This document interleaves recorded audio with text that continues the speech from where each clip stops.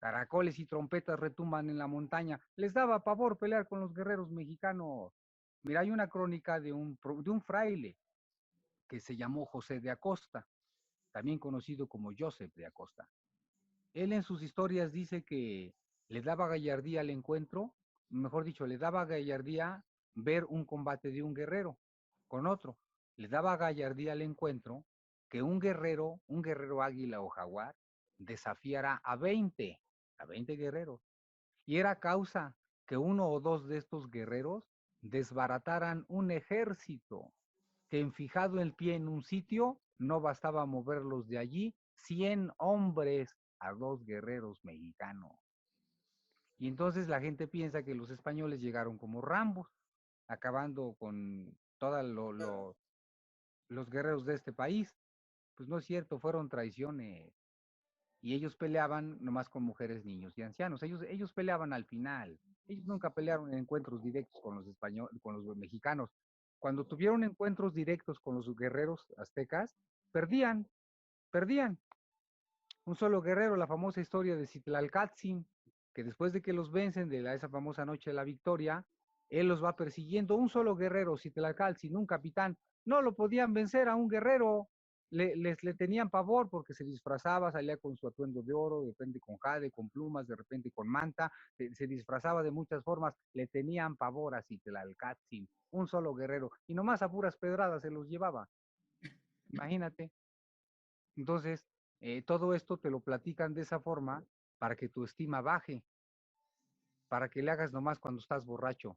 Sí se puede, sí se puede. Nunca pueden pinches mexicanos, ni en el fútbol, porque al meter historias como estas, la religión que tú dijiste es impuesta a huevo, la cristiana católica, que es una de las más arcaicas de este planeta, ¿verdad? Entonces la gente se desvaloriza, ¿no? Se le hinca a un Dios muerto, Oye, todo lastimado. ¿Qué fíjate pasó?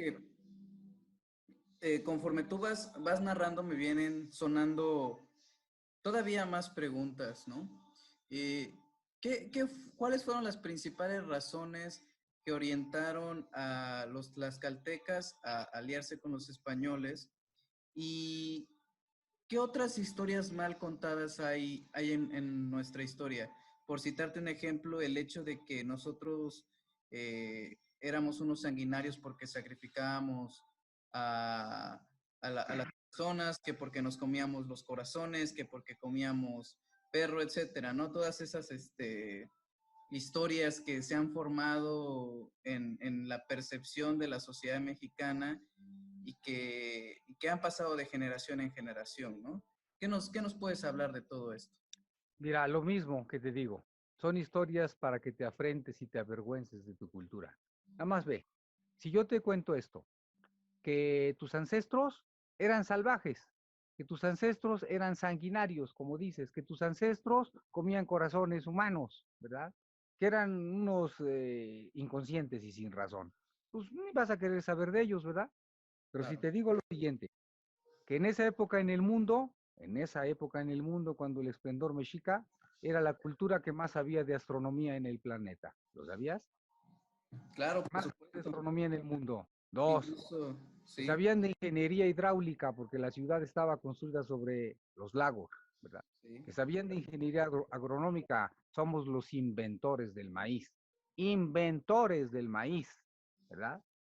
Y además, ahora las computadoras y los telefonitos, todo eso funciona gracias al código mexicano binario, ceros y unos, puntos y rayas y la fórmula 2013. Y esa fórmula ahora se usa en las computadoras, es mexicana. Entonces aquí la gente pensaba como computadora, ¿verdad? El Vaticano corrigió sus calendarios medievales y arcaicos gracias a esta fórmula, que es súper exacta. Y ahora, ¿quién usa la numeración binaria? La NASA, para sus cálculos astronómicos, ¿verdad? Y pueden calcular y predecir ahora, pero gracias a estos números. Y entonces cuando tú sabes esas cosas grandiosas, dices, a ver, espérame, entonces, ¿quiénes son? Y yo vengo de ahí, pues claro que vienes de ahí, hermano. Somos herederos legítimos de culturas milenarias, esto acabo de decir. Entonces, la historia distorsionada desde que estaban, según los aztecas, subyugaban a todos. ¿Cómo los van a subyugar a todos si en esa época en México todos los pueblos eran guerreros?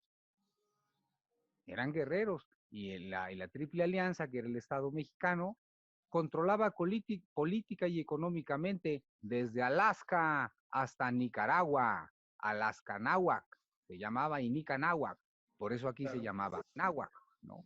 Ahora el presidente de la República no puede controlar el país, y en esa época, pueblos guerreros se aliaban, hacían alianzas, hacían fraternidades, porque había mucho honor, mucho respeto. Bueno, los tlaxcaltecas se unen, como dice Cortés, porque les hizo promesas que nunca cumplió, promesas de poder. Ahí está la historia de Jicotencal el Viejo y de Jicotencal el Grande, ¿verdad? Vienen los españoles con sus traiciones, ¿verdad? Porque decían que eran diplomáticos, que eran embajadores de Carlos V, ¿verdad? Pero venían andrajosos y mugrosos. Entonces, como Moctezuma, bueno, yo quiero hablar con tu rey, no quiero hablar contigo, tú eres un vasallo, te doy 2 semanas para que te vayas. Y entonces ponen las banderas en Chalchicoyecán, que ahora le llaman Veracruz, en un lugar que hasta la fecha se llama Bahía de Banderas, porque tenían prohibido desembarcar, tenían que largar de este país y les dieron 2 semanas, ¿verdad? Entonces, con sus traiciones y sus argucias, mandaba un grupo de ellos matando gente, y luego él venía atrás diciendo que los venía a prender a unos delincuentes, y entonces así se iba metiendo poco a poquito y les daban salvoconductos para que pudiera pasar, para que pudiera entrar. Y ahí en Tlaxcala, Jicotencat, el grande, el papá, dice, pues vamos a aliarnos a los españoles, ¿no? A los castellanos, porque no existía España. Y Jicotencal, el chico, el hijo, le dijo, no, padre, estos son traidores, vienen a destruir nuestra tierra, le voy a avisar a Moctezuma y a la Triple Alianza, ¿verdad?